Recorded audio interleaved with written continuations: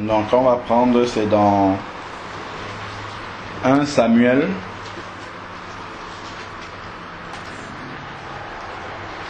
« 1 Samuel 16. »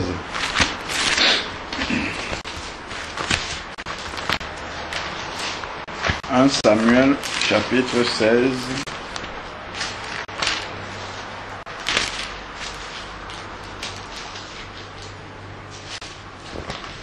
1 Samuel chapitre 16 à partir du verset 14.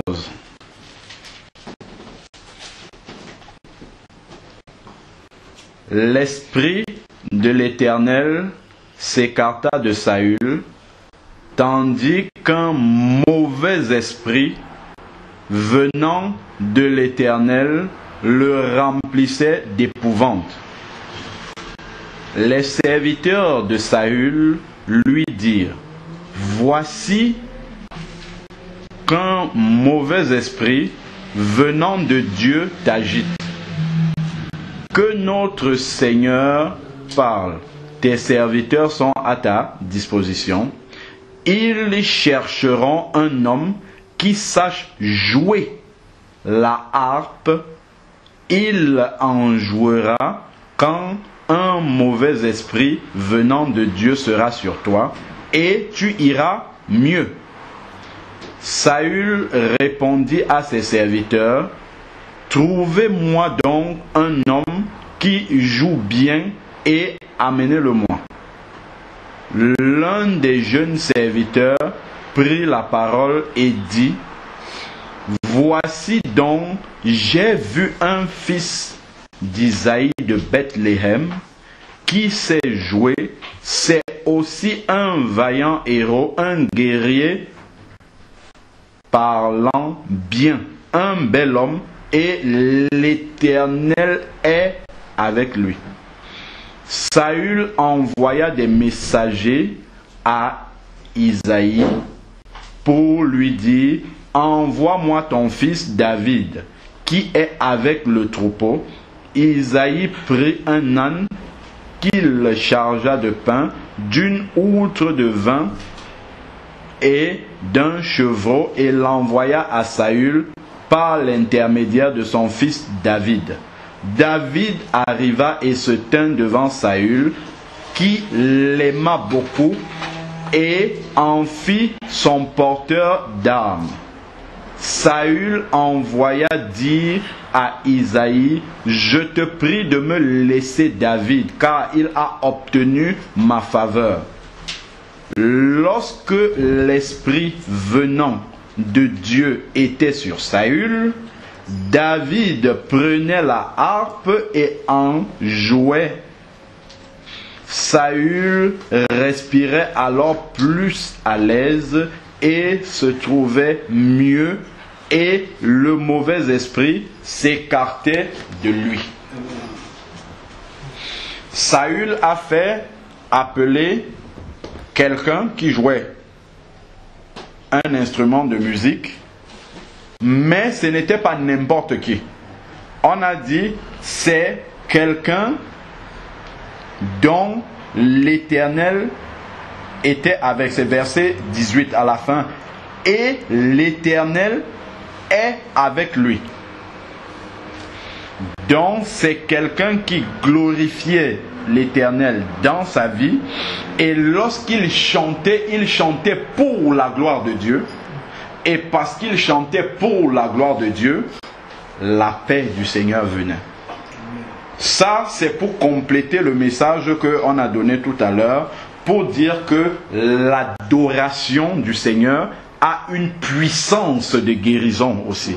Et notamment si on est dépressif, si on a des pensées mauvaises, l'adoration du Seigneur, c'est vraiment le médicament par excellence de la parole de Dieu.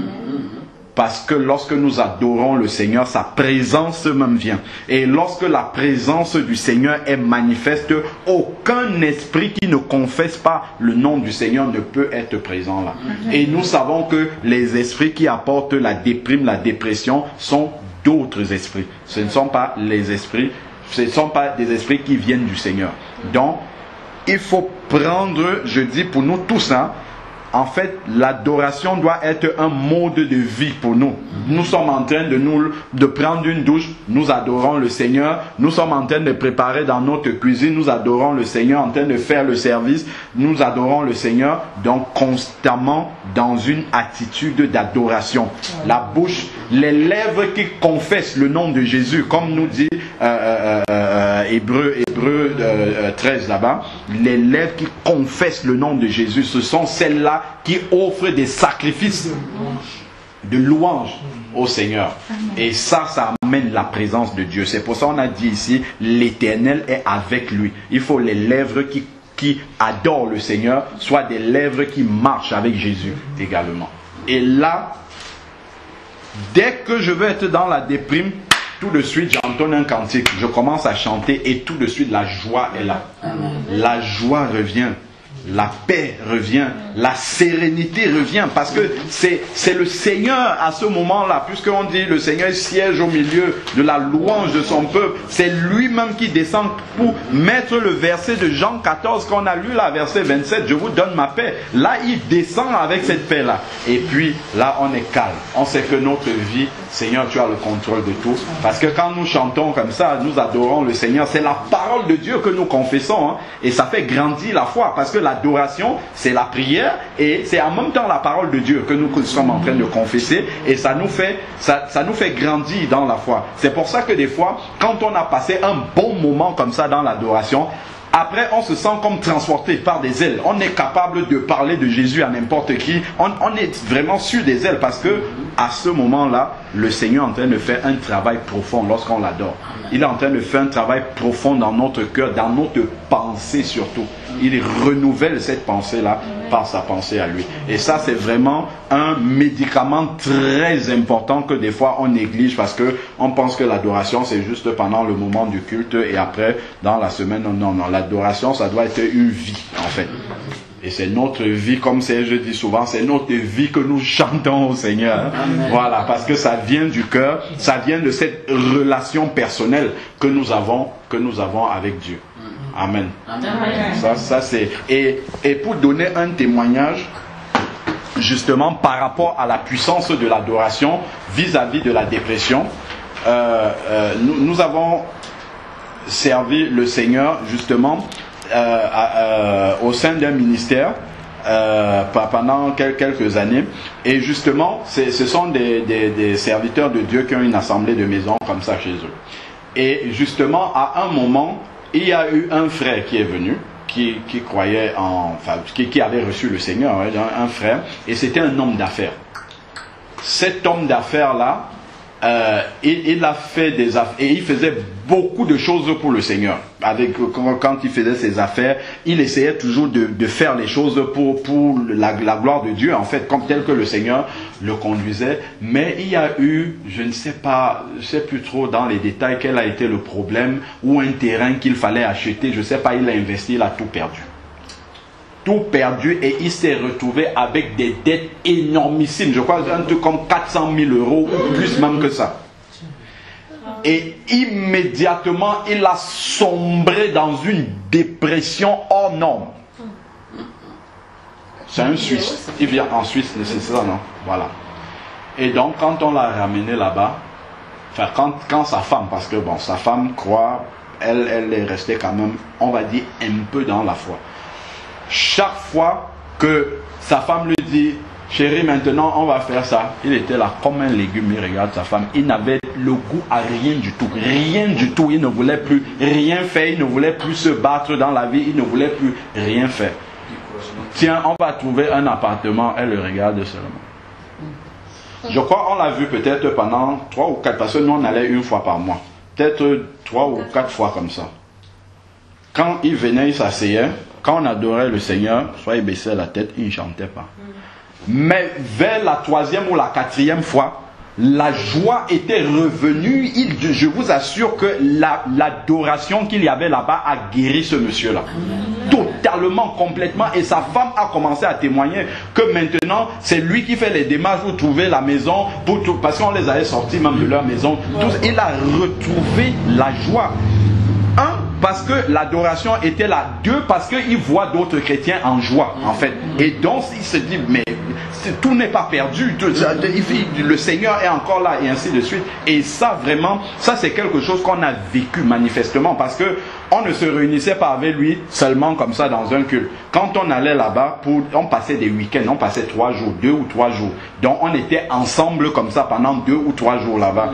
Donc en dehors du culte, on travaillait, on faisait d'autres choses ensemble. Donc avant, il ne parlait pas du tout, il était là toujours au milieu de nous, il ne disait rien. Il a commencé à s'exprimer. Quand on mangeait à table, il parlait, il posait des questions, il s'adressait aux gens et tout. On voyait que, en fait, il était en train de sortir complètement de cette dépression-là. C'est vraiment pour dire que l'adoration du Seigneur a vraiment une puissance, c'est une puissance de guérison incommensurable qu'on ne peut même pas imaginer. Le Seigneur ne dit pas « je suis en train de guérir », mais il fait vraiment des miracles incommensurables. Et je témoigne toujours et je n'arrêterai pas de témoigner ce que le Seigneur a fait dans la vie de ma propre maman. Elle a été guérie d'une maladie physique pendant l'adoration sans qu'on ait prié pour elle. Elle était dans un service, elle est atteinte d'un diabète, elle avait perdu l'équilibre. Comme je dis, quand elle venait ici, elle s'appuyait sur les murs pour se déplacer dans la maison, pour aller aux toilettes, revenir ici, elle s'appuyait là sur les murs. Elle est arrivée, on était en train dans une séance de louange, les gens étaient en train d'adorer le Seigneur. Elle a senti comme un courant qui partait du bas pour le haut. Elle s'est levée, elle a commencé à marcher. Pour dire ce que le Seigneur fait, quand il vient au moment de l'adoration, on n'a même pas besoin de dire je prie pour que il dit rien. Il fait le travail qu'il a à faire et puis voilà. C'est ça, il fait le travail qu'il a envie de faire. Il faut seulement que lorsqu'on adore le Seigneur, qu'on le fasse de tout notre cœur. Comme il dit que nous ouvrons vraiment le cœur et que nous chantons sincèrement au Seigneur. Et nous allons voir ce qu'il va faire. Si je témoigne à la dernière veillée, quand on était en pleine adoration, la louange le matin, je dormais à côté de toi. Quand elle a commencé à chanter qu'il va te guérir, tout le monde debout, je me suis... C'est vrai que je n'arrivais pas à porter des chaussures, j'avais du mal à marcher, ça se voyait même, c'est comme si je boitais. Mais dès que je me suis levée, même pas 2 minutes après, c'est comme si j'avais un nœud aussi au niveau de la cheville, c'est comme si on a dénoué, comme si j'avais une corde attachée. J'ai senti comme si la corde était détachée. Amen. Je n'ai pas vite compris, j'ai commencé à faire mon pied comme ça. Et je ne sentais plus la douleur. C'est comme ça que j'ai crié, ça y est, j'ai ma guérison. Amen, amen, amen. Parce qu'il y a aussi la foi qui va avec. Il faut prendre par la foi. Il faut saisir ça par la foi, c'est ça. Il dit, je prends ma guérison, Seigneur, parce que tu as dit. Amen, je prends ça par la foi. Gloire à Dieu. Gloire à Dieu. J'ai dit que vraiment ça va dans le sens de la louange et de l'adoration. Amen. J'étais avec le frère Jojo hier, puisqu'on a passé la nuit ensemble. Et vraiment, on parlait de l'adoration. L'adoration, ce n'est pas seulement le dimanche. Amen, amen, amen. C'est ce qu'on se disait. L'adoration, c'est à tout moment, amen. À tout lieu, partout où on est. Il faut continuer d'adorer le Seigneur. Et on en parlait l'autre jour, on en parlait à lui et moi. Et vraiment, je glorifie le Seigneur parce que toi, c'est le même esprit que... Amen, amen, amen. Gloire à Dieu, gloire à Dieu. Et pendant que tu parlais aujourd'hui, j'ai un verset qui m'est venu à l'idée. Parce que quand nous vivons tous les jours, c'est pour ça que le Seigneur nous dit qu'on soit renouvelé, que notre esprit, notre intelligence soit renouvelée tous les jours. C'est parce que nous vivons dans un monde aujourd'hui qui nous détruit. Ce monde d'aujourd'hui nous détruit par les journaux, par les gens que nous côtoyons, par la télévision. Si nous sommes trop portés vers ces choses-là, c'est pas que c'est interdit, non. Mais quand nous sommes trop portés par ces choses, ça nous pollue. Ça nous pollue l'esprit. Ça pollue notre esprit. Ce qui fait que quand tu vas commencer à adorer le Seigneur, quand tu vas commencer à prier, ces pensées-là, ça revient toujours. Ça revient, ce que tu as vu à la télé, les films que tu as vus, tout ce que tu as regardé, tout ce que tu as entendu dehors, ça va revenir et ça va te troubler pendant les moments de louange, d'adoration, pendant les moments où tu lis ta parole de Dieu, où tu es en contact, où tu veux être en contact avec Dieu. Amen. Ces esprits-là vont revenir. Et c'est envoyé par qui? Par le malin. Amen. Qui essaie de tout faire pour injecter. Parce qu'il ne veut pas que tu sois avec ton Dieu. Il ne veut pas que tu sois en contact avec Dieu. Il veut tout faire pour te déconnecter du Seigneur. Ce qui fait qu'il injecte ces pensées-là, il injecte tout le temps ces pensées-là. C'est pourquoi on demande tout le temps que le Seigneur, qu'on soit renouvelé en tout temps. Parce que quand nous vivons dans ce monde aujourd'hui, nous savons ce que ça veut dire. Le diable est là, c'est lui qui domine ce monde. Ça, qu'on le veut ou non, par ce qui se passe aujourd'hui, c'est lui qui domine ce monde. Mais nous qui sommes déjà enfants de Dieu, nous sommes déjà sortis de cette domination de Satan. Amen. Nous ne sommes plus sur la domination de Satan. Et comme nous ne sommes plus sur la domination de Satan, il faut que nous maintenant, par rapport au livre de Philippiens, chapitre 4, verset 8. Peut-être avant, tu peux lire juste 1 Jean 5, 19. Pour mettre un verset sur ce que tu viens de dire là tout de suite. Que 1 Jean 5. Verset 19. Qu'on sache que c'est écrit dans la Bible, ce que tu viens de dire. 1 Jean 5, verset 19. 1 Jean 5, verset 19. Voilà, verset 19. Nous savons que nous sommes de Dieu et que le monde entier est sous la puissance du mal. Voilà, nous sommes de Dieu. Le monde est sous la puissance, sous la domination du mal. C'est le mal. C'est le dans ma version, c'est écrit le malin. Le malin, voilà. C'est Satan qui domine ce monde. C'est lui. Voilà. C'est lui, tout à fait. Voilà, c'est lui qui domine ce monde. C'est lui maintenant. Heureusement pour nous, nous sommes sortis de là. Nous qui avons donné notre vie à Jésus-Christ, nous sommes sortis. Maintenant, nous sommes couverts par le sang du Christ. Nous sommes couverts par Jésus. Donc, nous ne sommes plus sous l'emprise de Satan. Mais, il est toujours là, comme on l'a dit tout à l'heure. Il ne bouge pas, il rôde là, il est toujours là. Il attend la moindre occasion que nous, on lui donne une occasion pour que là, maintenant, qu'il s'infiltre dans nos pensées. Parce que quand il ne peut pas nous attaquer physiquement, maintenant, il s'attaque à nos pensées. Il va dans nos pensées maintenant pour essayer de nous détruire, pour mettre le doute, pour mettre le doute, pour mettre toutes choses qui peuvent nous détruire notre spiritualité. Il fait ça pour nous détruire. Mais nous devons, comme le dit le livre de Philippiens, chapitre 4, verset 8,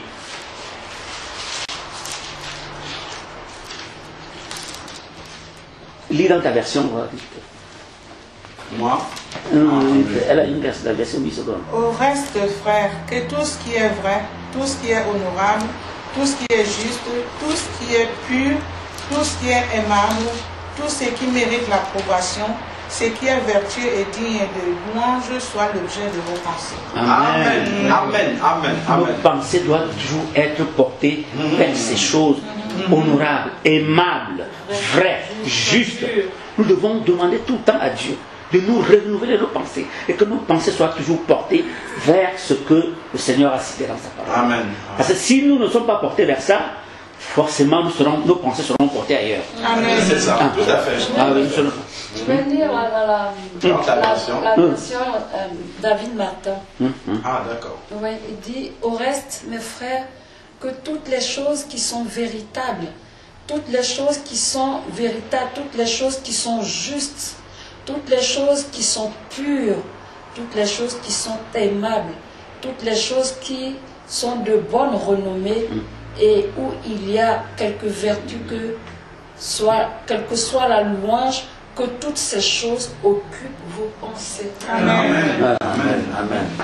Et toutes ces choses, on ne peut les trouver que dans la parole de Dieu.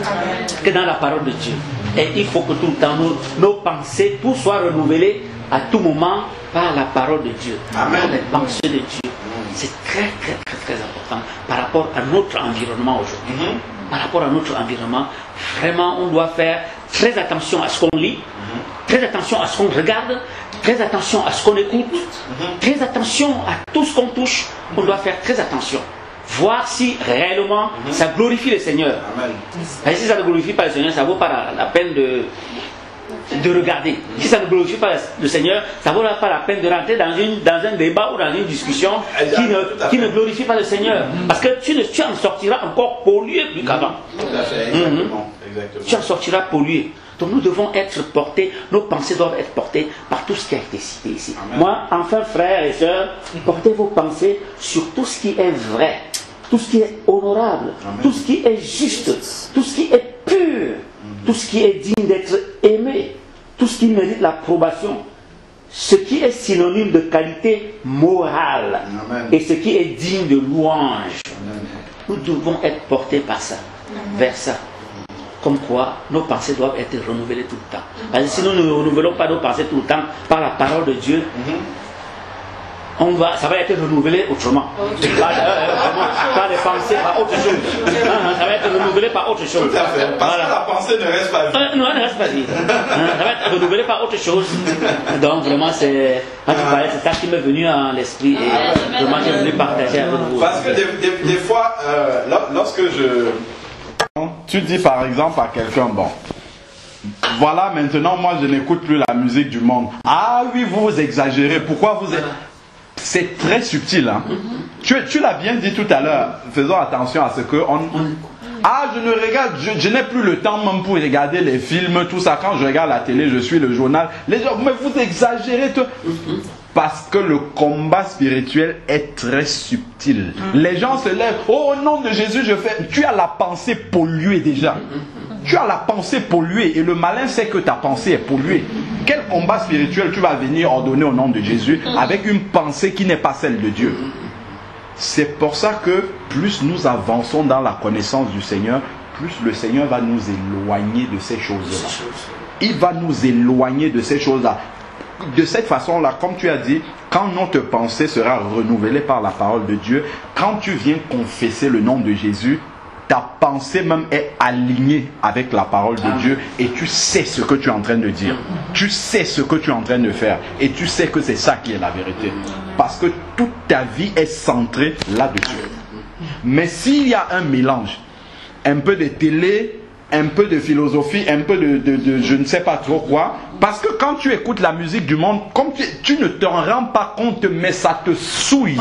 Ça souille ton esprit, ça souille ta pensée, ça souille beaucoup de choses en toi. Et c'est spirituel. Et tu ne le comprends pas. Voilà pourquoi beaucoup d'enfants, ils ne comprennent pas. Mais pourquoi vous ne dansez plus? Pourquoi vous avez abandonné? Pourquoi? Mais est-ce que quand on est chrétien, on doit laisser tomber tout ça? Et ils ne comprennent. Et c'est là que le malin agit puissamment, avec même le concours des gens. Parce que les gens ne savent pas que le combat spirituel que nous avons à mener n'est pas physique, hein, c'est dans la pensée, c'est là-dedans. Soit le malin a la domination sur nous, soit nous avons la domination sur lui. C'est dans la pensée. Il sait que s'il nous a vaincus au niveau de la pensée, c'est bon.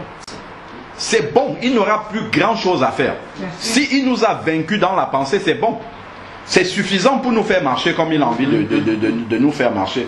Tout un chrétien découragé, par exemple, le malin c'est que celui-là il est découragé. Là je peux venir, c'est à ce moment-ci que je peux venir taper dessus. Et que le découragement ça va venir par quoi? Les pensées de doute comme ça. Ah, est-ce que le Seigneur est même encore avec moi? Est-ce que le Seigneur pense même à moi? Est-ce que quand je fais une prière, depuis je prie là, le Seigneur on ne sait même pas s'il entend? Quand tu commences les paroles négatives, comment faire des paroles, hein? Paroles négatives sur paroles négatives. Après, toi-même, tu commences à croire dans les paroles que tu prononces là. Et c'est bon. Là, c'est bon. Là, il t'a neutralisé déjà.